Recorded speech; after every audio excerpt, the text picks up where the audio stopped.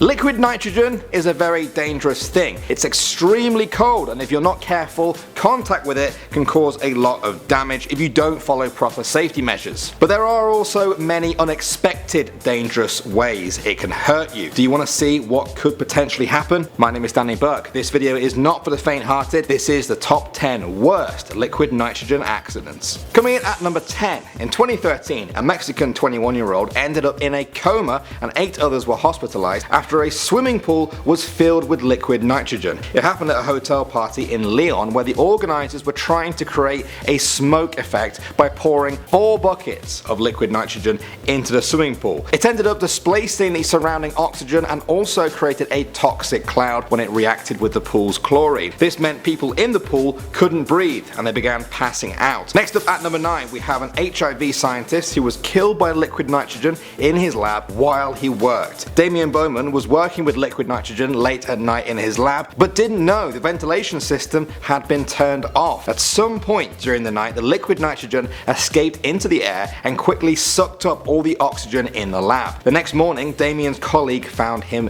dead, face down on the floor, completely rigid and stiff. Him and the room itself were ice cold. At number 8, in 2009, a 24-year-old chef was experimenting with a recipe that involved liquid nitrogen. Apparently, he was trying to fill a gas lighter with liquid nitrogen when he spilt the canister all over his hands. His colleagues heard an enormous explosion, and when they ran into the room, one of his hands had already been blown clean off. The other hand had to be amputated when he arrived at hospital in a life-threatening condition. Liquid nitrogen can explode like this if it's rapidly vaporized in an enclosed space. Moving on to number 7 now. In 2015, Chelsea Salvacion was found dead in a cryotherapy chamber at a Las Vegas spa where she worked. Usually, the liquid nitrogen that's used in cryotherapy is used to treat skin problems. Chelsea was alone in the facility after hours when she sealed herself in the chamber. Somehow, she ended up breathing in the poisonous liquid nitrogen, and because she was alone, there was nobody to save her as she lost consciousness from a lack of oxygen. Her body was found rock hard solid the next day.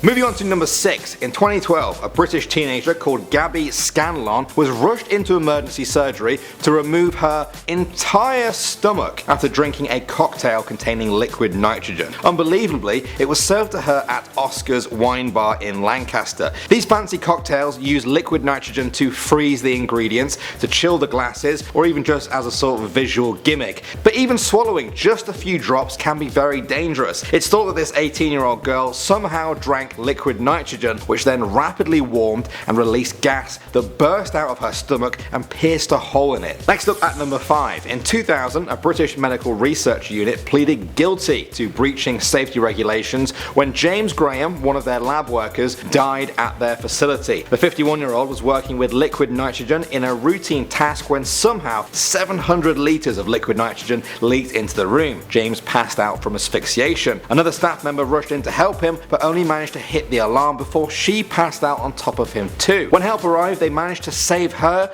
but James was already dead. Moving on to number 4 now, we have death at a sperm bank. Because of how cold it can get, liquid nitrogen is actually used to store sperm in sperm banks. Well, in February 2017, local Deputy Sheriff Greg Meager died at a sperm bank in Georgia, USA after inhaling liquid nitrogen while trying to save a worker after a distress call. Liquid nitrogen at the facility had leaked everywhere, and just like the other examples we've talked about, it had quickly displaced all of the air in the room, leaving only a poisonous cloud for Greg to breathe in. Amazingly, although he did die, the woman he was trying to save was ultimately fine. Next up at number 3, in 2015, a 65-year-old employee working at a factory in Poland died in a liquid nitrogen accident. It happened at the Tetro factory in Koszalin. His co-workers found him in a vat of liquid nitrogen. The death was a total mystery at first, as there were no surveillance cameras in the area when the accident occurred. The main theory was that he was trying to remove something from the vat when he lost his balance and fell in.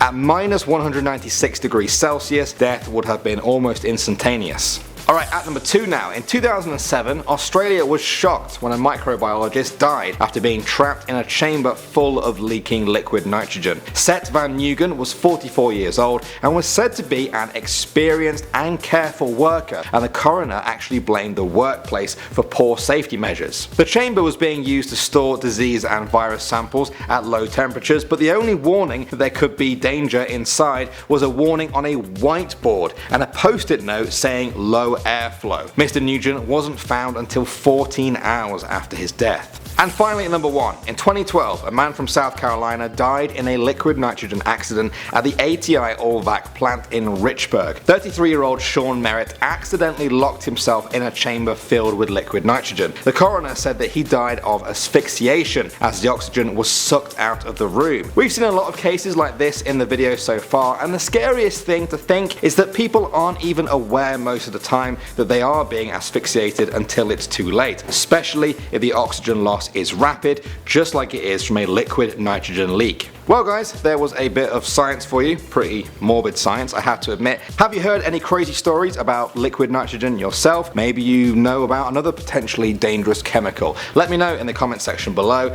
My name's Danny Burke and I'll see you all in the next video.